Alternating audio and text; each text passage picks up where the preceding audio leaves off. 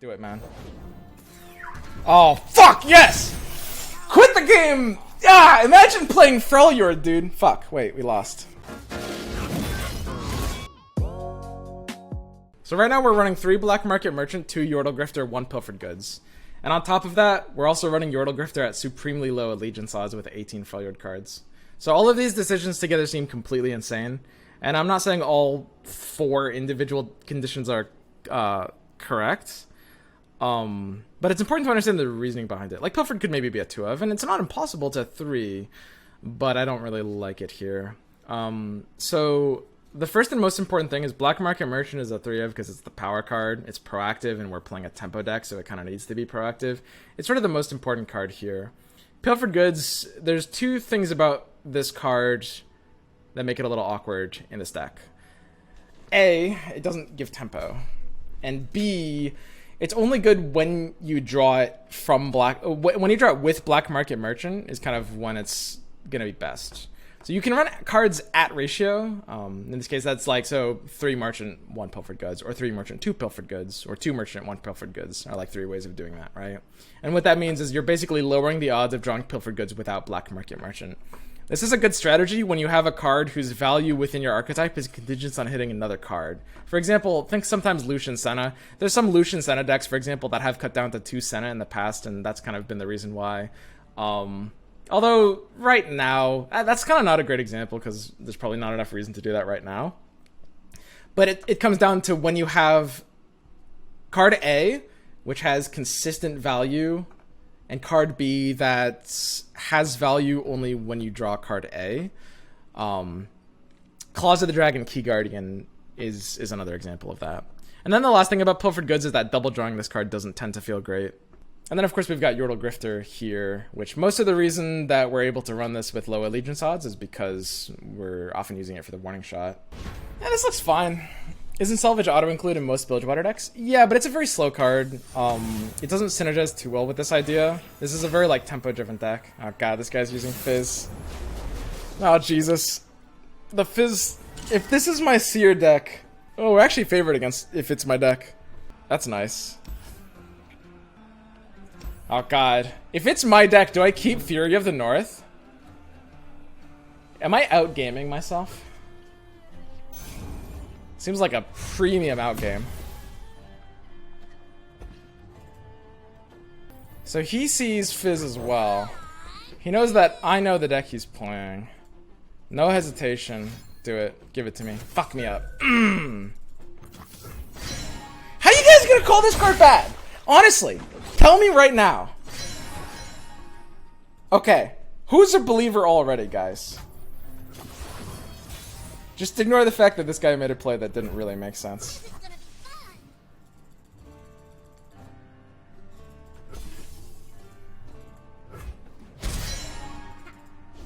Look, we've got 2 Sejuani triggers. We've got Black Market Merchant. It just makes sense, guys. It just, look, listen. Guys, I swear to God, it just makes sense. Look, this guy's out already. It's turn 3. It's turn 3. 100% win rate. Imagine if we didn't have that Fizz there. Imagine.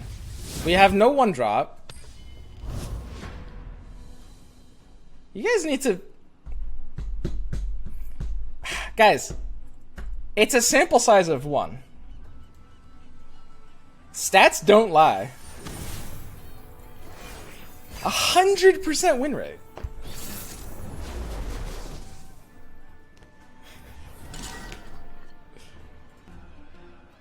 I don't think we need Make It Rain early here with this hands. I'd rather search for a 1-drop. Can only go downhill from here. Technically true. I don't know. I think that for a tempo Sejuani deck, it is pretty important to make sure you have a reliable 1-drop. So, I mean, the question just gets begged, how many 1-drops do you want? 6? 7? 8? You know, there's a bit of a range of, like, acceptable quantities of 1-drops. Doesn't have enough great ways to stop this.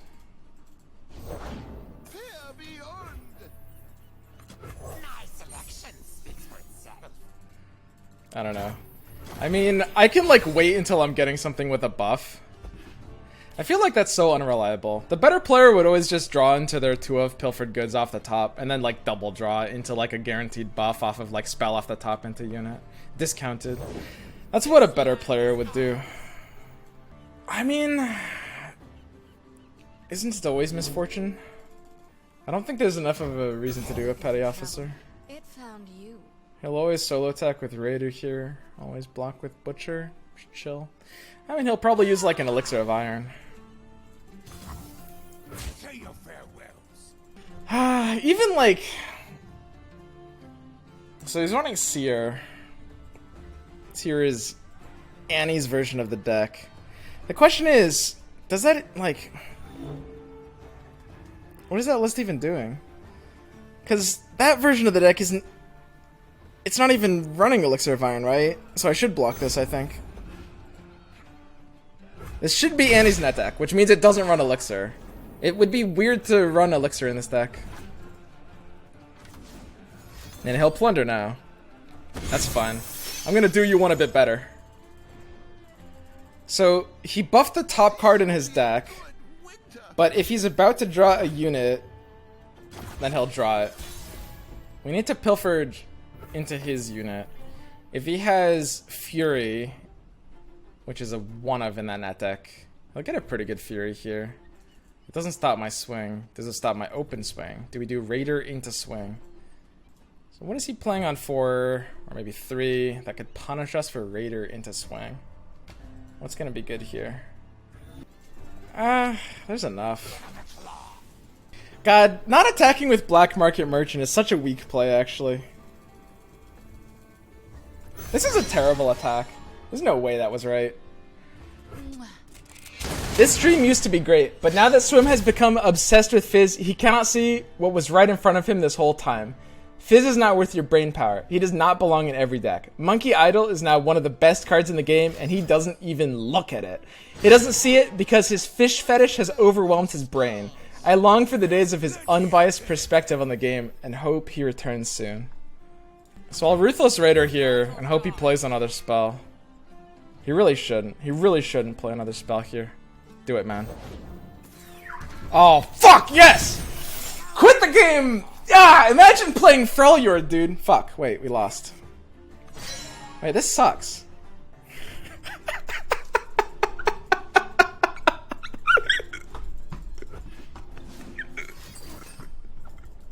No!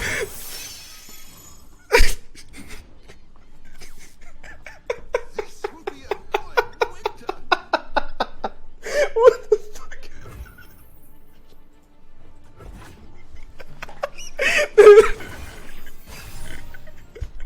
God damn it. He sees what just happened. I'll emote now. He hit a unit and he sees the Seer buff on it. He knows what just happened. It's probably a champ. It has a high likelihood to be a champ, yes. There's like a really high likelihood.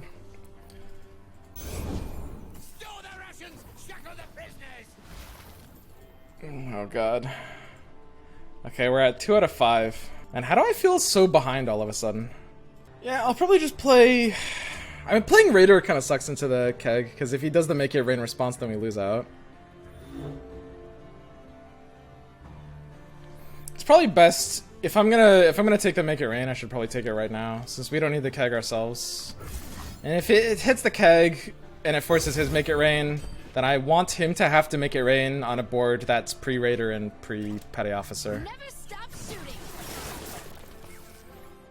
So, that's a bit nutty. Like, we hit Nexus and the keg, which is kind of nice. I don't know. Hitting the keg is not really that useful. It's like, I'd rather hit the 3-1, but hitting the Nexus is kind of nice, since we don't really have another way to damage it this turn.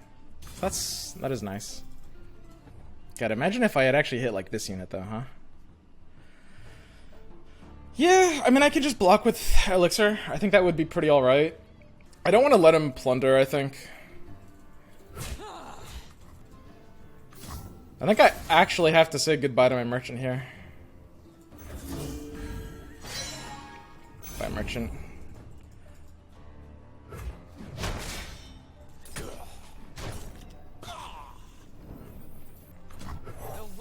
Okay.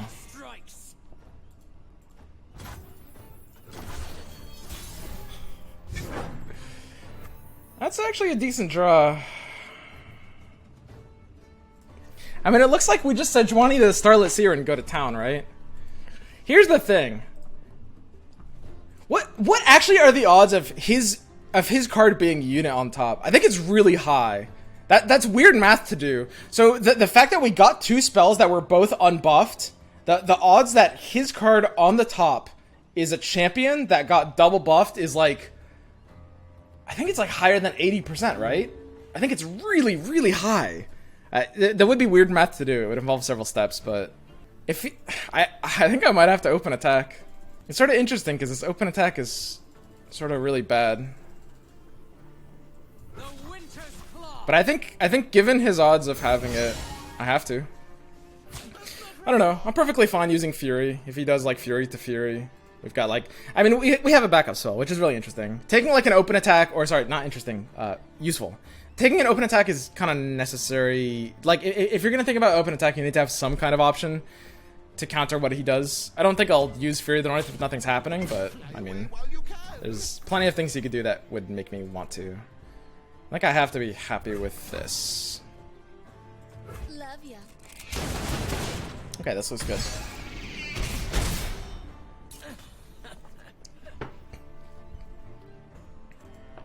And yeah, we can just start plowing him down. Our Sejuani will have the flip like next turn. We're at 4 to 5. Yeah, we have basically guaranteed flip on 8. There's not too much he should be able to do about that. Safety will cost you. Okay, that's nice. So I think I just salvage here then, right? Kind of has to be. Okay. Hey, those two are cards. Oh. Oh, hello there. Okay, seems good. So it's like Sedge on 6, Sedge on 7 for 6, bank 3, open shot into Riptide with Sejuani on board, looks good. So he'll open Sejuani on 7, then we'll play our 2 smaller Sejuani and Frostbite his Sejuani. He'll use it on my Miss Fortune, or it's Twisted Fate. It's one or the other. And then I'll Frostbite his card. Yeah, it's Twisted Fate. See? Huge card, dude. What a big boy. Hold it, partner. So the fact that he used it on Miss Fortune here kind of says he has make it rain, I guess. So now, you know, we've got our Sejuani here.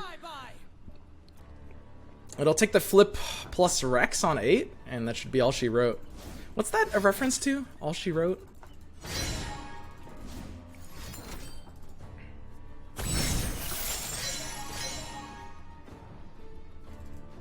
Yeah, I mean, I kind of have to be good if I just do that, right?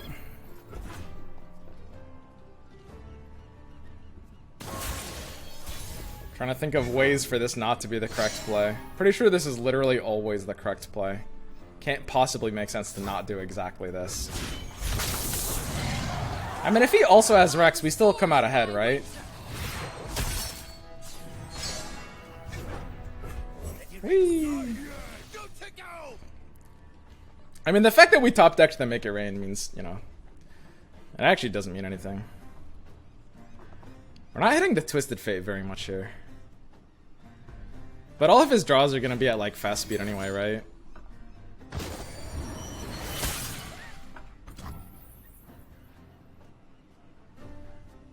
If it's dead or gone, deal 1 damage to the enemy nexus instead. Ha! Does that make it rain best right now? Because if it hits Omen Hawk, I can like double hit the nexus basically. I don't know if I actually necessarily want to double hit the nexus. Okay. Never stop shooting.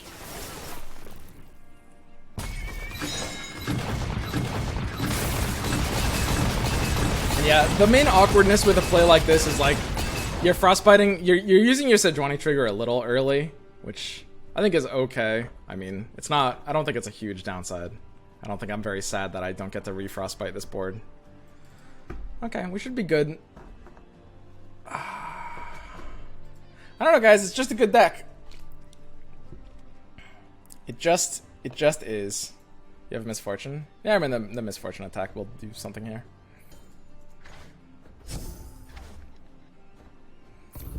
Okay, so it's still not flipping his Fist of Fate.